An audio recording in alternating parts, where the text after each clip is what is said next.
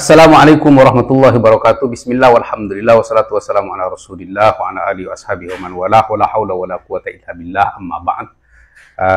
Para pecinta dan subscriber channel YouTube Pondok Pesantren Abu Syamsuddin Batu Ampar dan seluruh pemirsa dimanapun Anda berada, semoga hari kalian menyenangkan. Baik, kami ingin menyampaikan informasi tentang diskusi kami yang terjadi semalam di komal TikTok Kang Raden atau Gus Raden bersama Gus Hasan dan Gus Rumil dan semua teman-teman yang setia ikut mengkaji polemik nasab agar kita bisa menghadapinya dengan secara ilmiah. Dan isi diskusi tersebut ialah Gus Rumil menanyakan kepada kita bagaimana tasawur Gus dan Kiai tentang Ubaid bin Maimun Al-Qaddah. Kenapa harus bisa ke sana? Alhamdulillah kami menjelaskan secara panjang lebar, baik dari data primer maupun data sekunder, dan bagaimana tasawur itu terjadi,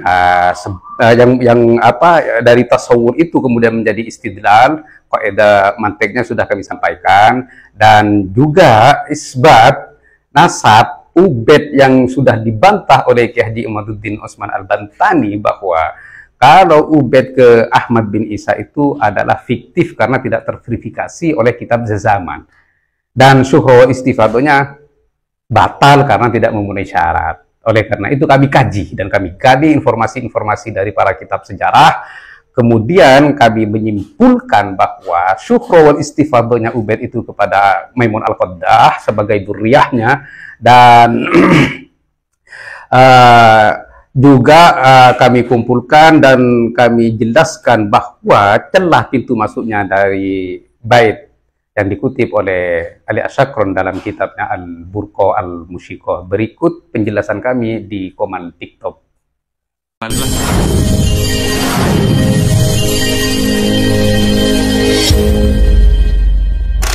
Selamat datang di Nusantara. Semoga saudaraku sebangsa setanah air diberikan kesehatan bersama keluarga tercinta, dan semoga yang subscribe, like, comment, and share diberikan kemudahan atas segala urusannya. Amin. Mari kita raih Indonesia Emas 2045.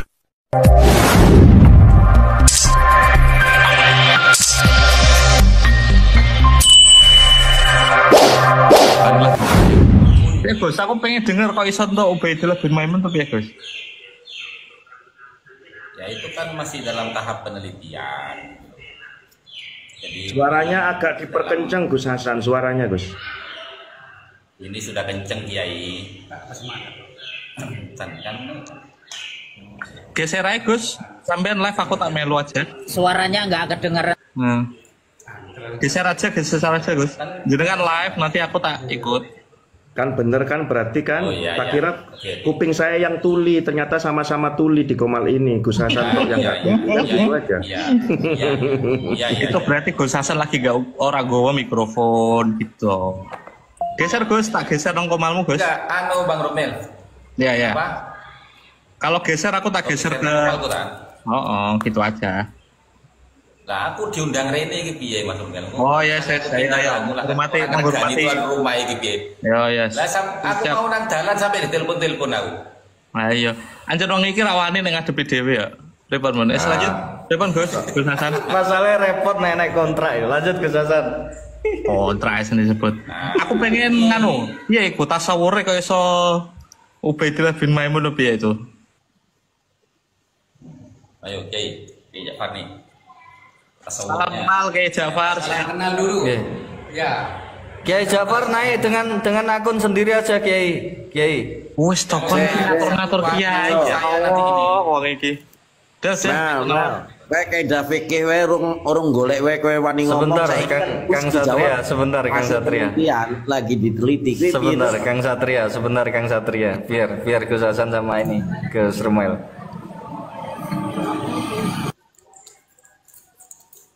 Monggo Gus. Gimana, terang ya suaranya ya, jelas ya? Aman. Oke. Jadi begini, Bang Rumin ya, kenapa kami kok menemukan bahwa Ubed itu ke Al-Maimun, Al-Qaddah, ya, kan sudah dibantah oleh Kiai Imaduddin bahwa Ubed bin Ahmad bin Isa itu tidak sukro wal istifadah. Walaupun kaum Ba'alawi sudah berteriak dengan sukro wal istifadah, dibantah karena sukro wal istifadah itu haditsan baru. Kan nasabnya Ba'alawi itu baru launching. Ubed bin Ahmad bin Isa itu di abad ke-9. Dalam kitabnya Adi As-Sakron Al-Buko Al-Musiko, yang katanya sumbernya itu dari Al-Janadi atau Al-Gundi. Dalam kitabnya As-Suluk di Tabaqatul Ulama. Kan begitu kan? Jelas ya? Jadi oleh keiman bahwa Ubed itu adalah tokoh fiktif karena tidak ada catatan kitab zaman atau yang mendekati bahwa Ubed itu adalah putra Ahmad bin Isa. Tidak ada verifikasi dari kitab zaman. Nah, baik kalau memang Ubed bin Ahmad itu adalah Tokoh historis. tokoh fiktif, nah, karena tidak terverifikasi oleh kitab zaman, maka kami mencari Ubed yang historis itu di mana, yang sukro istifadah di mana, yang ada catatan kitab zamannya itu di mana. Nah, ternyata Ubed bin Maimun Al-Qaddah. Baik, kalau memang itu tidak sesuai dengan abadnya, kan Durriyah, cucu. Dinasti Fatimiyah itu ada yang bilang 3 generasi. Terus yang kami temukan di Syair A'lamin Nubala itu Ubed bin Muhammad Al-Habib, dinasti Ismailiyah, yang diutus Ubed itu sebagai Mahdi Al-Muntadhar oleh Muhammad Al-Habib itu ke Maghrib, ya, sampai mendirikan dinasti Fatimiyah di sana hingga kekuasaannya itu melebar sampai ke Mesir. Kemudian yang diperangi oleh Salahuddin Al-Ayyubi di abad ke-6 kan, betul kan Pak Gumir? Nah, di abad ke-6. Oleh karena itu kami mencari pintu masuk. Kami mencari pintu masuk kepada Ubed Al-Maimun itu melalui syair yang dikutip oleh Ali As-Sakron dalam kitabnya Wibo biwalidihi Al-Maimunu Ubaidun. Nah, setelah kami talaah dari atas, Wabiwalidihi As-Sufiyu Aliyun, itu adalah gelar sufi. Kami pernah dibantah oleh Zaini. Kami katanya salah merujukkan dhamir ke depan. Sayangnya Zaini tidak tahu apa yang kami maksud. Sebelum bertanya, maka dia menyalahkan. Kami tidak merujukkan dhamir itu ke depan, tetap ke sebelumnya, ke belakang. Wa biwalidihi as-sufiyu aliyun, itu gelar sufi, bukan sifat sufi. Jadi kalau itu dibilang sifat, itu sangat melenceng. Itu gelarnya as-sufi.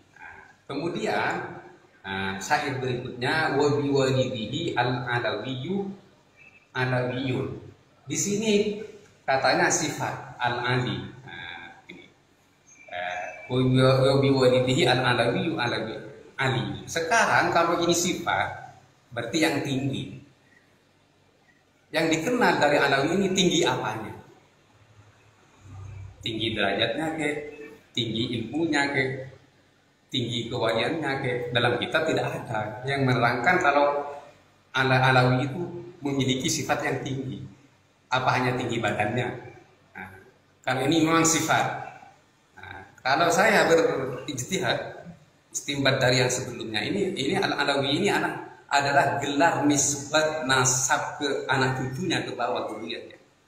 Dan faktanya ya memang anak cucunya Alawi ini pakai gelar nisbat nasab mereka ya Alawi. Nah, di sini Ali As-Sakron ingin mentamirkan bahwa nisbat nasab keturunannya itu ke bawah Al-Alawi. Nah, sudah selesai. Di sini jelas nisbat nasab, bukan sifat. Nah, terus yang berikutnya, wa biwalidihi al-maimunu ubaidun. Ini baik. Kalau ini dinasarkan, kalau ini mau dinasar, maka jadinya wa waliduhu ubaidun al-maimun. Jadi wa waliduhu ini kalau dinasar, ini mubtada. Khobarnya itu ubaidun. Dan utawi, kalau pernah ngaji bahasa Jawa ya, mubtada. Dan utawi bapaknya Alawi itu adalah ibu Ubaid. Siapa Ubaid al-Maimun? Nah, sekarang kalau al-Maimun itu dimaknakan sifat, berarti katanya Zaini itu ahlul yamin, orang yang beruntung, orang yang ahli kanan, kan gitu, yang beruntung. Nah, ini kami pakai kaidah mantik, bahwa di situ definisi dilalah. Definisi dilalah itu adalah fahmu amrin min amrin, memahami sesuatu dari sesuatu. Oleh karena itu kami memahami dari lafaz al-maimun bahwa itu artinya adalah adzat, bukan sifat. Di sini fahmu amrin min amrin. Sedangkan dilalah itu adalah dilalah ada dua kalau di kitab mantik, lafdiyah dan maknawiyah. Di sini lafdiyah. Makanya kami menemukan arti dari lafaz al-maimun itu bahwa ini adalah adzat dari dukungan-dukungan korenah adillah dari kitab-kitab sejarah. Di sini al-maimun ini adalah pokok nasab mereka. Jadi bisa mereka seseorang itu menisbatkan ayah itu kepada kakek, seperti yang disampaikan baginda Nabi, anan nabiyul kadzib ana ibnu Abdul Muttalib. Salah, bapaknya Nabi bukan Abdul Muttalib, Abdullah, tapi di situ baginda Nabi menisbatkan bapak kepada kakeknya. Iya, di sini nisbat nasab kepada al-maimun. Kenapa? Di sini al-mashhur. Nah, dari itu juga terjadi dalam Alfiyah Ibnu Malik. Ibnu Malik itu siapa? Bukan bapaknya. Kakeknya. Karena dipanggil yang masyhur, diambil yang masyhur. Nah, di sini yang masyhur itu adalah al-maimun. Kenapa al-maimun itu al-masyhur? Karena al-maimun itu adalah pokok nasab pertama mereka. Yang al-maimun itu juga mempunyai karangan 3 kitab. Yang diantaranya itu adalah Sifatul Jannati wan Nar dan Mabhasun Nabi Sallallahu Alaihi Wasallam. Dan al-maimun itu dikenal muhaddis, tapi hadisnya diterima itu di kalangan Syiah, termasuk al-Kulaini. Di madhab Syiah Maimun itu dianggap sikoh, tapi di madhab Ahlus Sunnah wal Jamaah ditolak hadisnya. Siapa yang menolak? Termasuk Imam An-Nasai, imam dari kutubus sittah, dan juga Abu Nuaim, yang menganggap hadisnya al-maimun itu tidak bisa dibuat hujjah karena terlalu banyak mengada-ngada. Nah, dari sinilah kami masuk.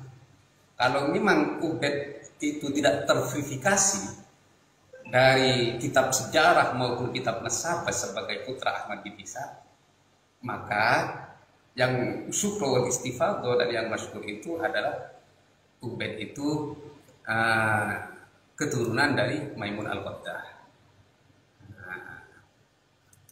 Dan kami menemukan juga di kitab Al-Farq Bainal Firaq itu Ubaid putra Maimun ini juga mempunyai 3 nama, tapi yang masyhur 2 nama, Ubaidillah, Abdullah. Kami tidak menafikan bahwa ada ikhtilaf di situ, bahwa yang ikhtilaf Abdullah dan Ubaidillah itu beda sahsoni katanya, beda orang. Tapi yang masyhur adalah satu orang yang memiliki 2 nama. Ada kesamaan enggak dengan apa yang disampaikan mereka? Bahwa di Al-Jundi itu adalah Abdullah, kemudian yang tasgir menjadi Ubaidillah, dan diperpendek lagi menjadi ubed. Sama kan? Ini bukan asumsi loh. Ini kami rujukannya sudah kami kumpulkan untuk nanti dikomparasikan antara data pendukung, data sekunder dan data primer. Nah, di sini bukan serta-merta hanya berujuk kepada kitab-kitab sejarah, tidak. Kami juga di dalam mengisbat Ubed itu sebagai putra atau dzurriyyah Maimun Al-Qaddah, kami pakai kaidah ilmu nasab. Yang diantara kaidah ilmu nasab itu adalah qiyafah.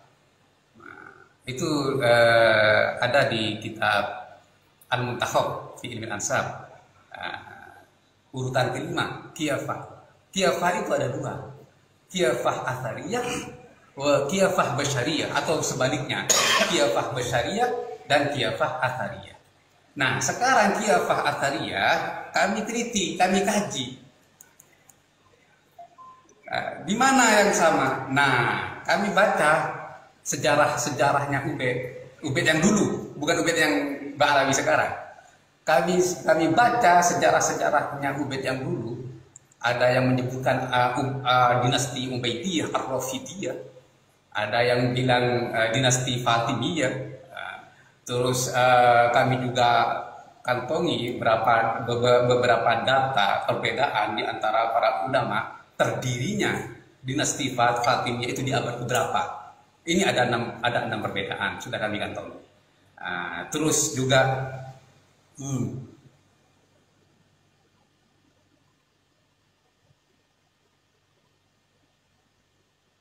oh iya. Siap. Jadi sudah kami kantongi semua. Iya. Qiyafah athariyahnya itu sekilas saja bahwa Ubed itu di antara karakter dakwahnya itu mirip sekali dengan dakwah Yahudi, ya. Dan di antaranya ya, nanti biar Gus Hasan yang meneruskan. Di antara dakwahnya itu adalah menghalalkan atau memperbolehkan perbuatan yang haram. Ada di situ pembunuhan terhadap Abdullah al-siapa, saya masih lupa, ada di laptop saya. Nah, kebetulan saya perjalanan nggak bawa laptop saya, di laptop saya lengkap semua. Terus tapi tenang saja, nanti itu akan lengkap. Setelah kami baca di Kunuzus Sa'adah yang nyemek buah dada itu, ini kan mungkar. Kita pasti sepakat, Bang Rumil, Ba'alawi, kami, MUI, NU, pasti kalau nyemek buah dadanya orang itu kan pasti bilang haram. Iya, insya Allah sepakat semuanya. Itu haram. Nah, ini berarti di sana itu diperbolehkan, bahkan dianjurkan. Kenapa saya bilang dianjurkan? Karena setelahnya itu menyebut hikmahnya. Hikmah menyemek itu katanya yukhriju syahwatuz zina, mengeluarkan syahwatnya zina. Kalau memang seperti ini dianggap benar apa enggak sama Bang Rumil? Menyemek buah dadanya orang perempuan bahkan di depan suaminya, itu dianggap benar apa dianggap salah? Apa masih mau ditakwil? Terus tentang juga kesesatan dakwah leluhur mereka itu yang tertulis dalam Syarhul Ainiyah, ketika diskusi atau munaqashah di antara Faqih Al-Muqaddam dengan seorang Badawi yang indikasi dari awal ini mengaku Allah karena menyamakan dirinya dengan Allah. Ketika seseorang menyebut kullu nafsin dha'iqatul maut, ma dia nafsu, saya tidak bernyawa, saya tidak punya nafas, kan seperti itu. Berarti dia tidak akan mati. Kalau memang dia tidak bernyawa, dia tidak akan mati. Dia sudah menentang ayat kullu nafsin dha'iqatul maut, satu. Terus yang kedua, kullu man 'alaiha fan. Jadi semua yang ada di atas muka bumi ini akan fana, hancur. Ma'ana 'alaiha. Lagi-lagi dia menentang, saya tidak ada di atas muka bumi ini. Terus yang ketiga, kullu syai'in halikun illa wajha. Ana min nuri wajhihi. Lagi-lagi dia tidak mau dengan ayat kullu syai'in halikun illa wajha. Nah, kemudian baru natijah keluar, baru natijahnya itu keluar anallah. Itu anallah. Itu di kitab Syarhul Ainiyah, kalau yang beredar tidak ada. Sudah dihapus, tapi di manuskripnya ada, dan di Masraq Marawi juga ada anallah itu. Nah, di sini kami melihat ini adalah takfir qauli.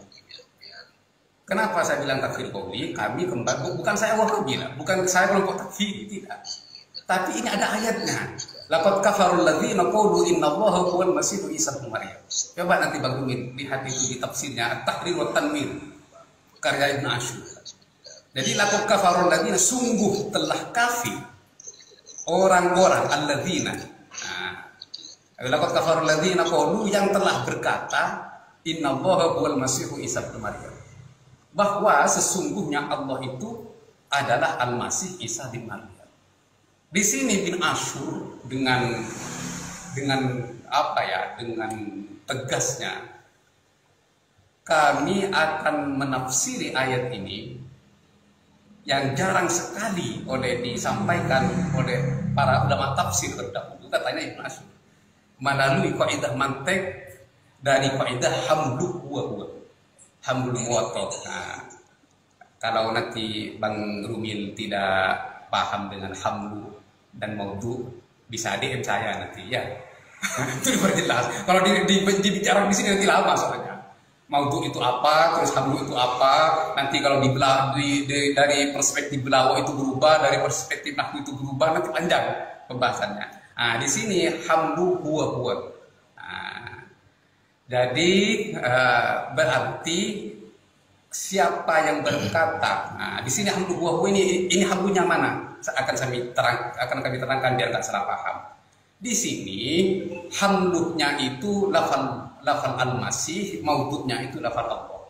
Innallaha huwal masih Isa bin Maryam. Jadi al-masih ini dihamalkan kepada lafal Allah. Artinya al-masih dengan Allah walaupun beda lafaz, tujuannya satu, ialah Tuhan.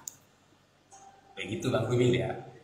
Allah, ini kalimat Allah beda dengan kalimat Al-Masih Isa bin Maryam, beda kalimat, tapi dengan kaidah hamlu huwa ini maknanya dan artinya dan tujuannya itu satu, ialah Tuhan.